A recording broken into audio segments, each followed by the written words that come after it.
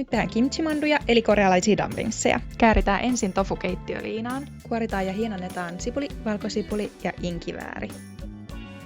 Raastetaan tofu. Hienonnetaan kevätsipuli sekä valutettu kimchi. Muista säästää toi kimchin liemi. Ryöpätään nopsaa idut ja pilkotaan myös ne. Paistetaan pannulla kaikki täytteen ainekset.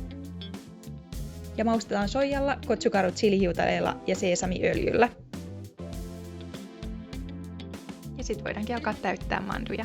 Voitele taikinan reunat vedellä ja laita lusikallinen täytettä keskelle. Kiinnitä reunat toisiinsa tehden pieniä taitoksia toiselle puolelle. Muista, että tärkeintä kauniin ulkonäön sijaan on, että nämä pysyy kiinni paiston ajan. Paistetaan eka näitä pari minuuttia öljyssä, sen jälkeen lisätään tilkkavettä ja höyrytetään 4 minuutin ajan. Näin saadaan ihana rapea pohja ja muuten pehmeä mandu. Valmista vielä dippikastike kimchiliemestä, soijasta ja sokerista. Lopuksi riipotellaan päälle seesamin siemeniä ja kevätsipulia.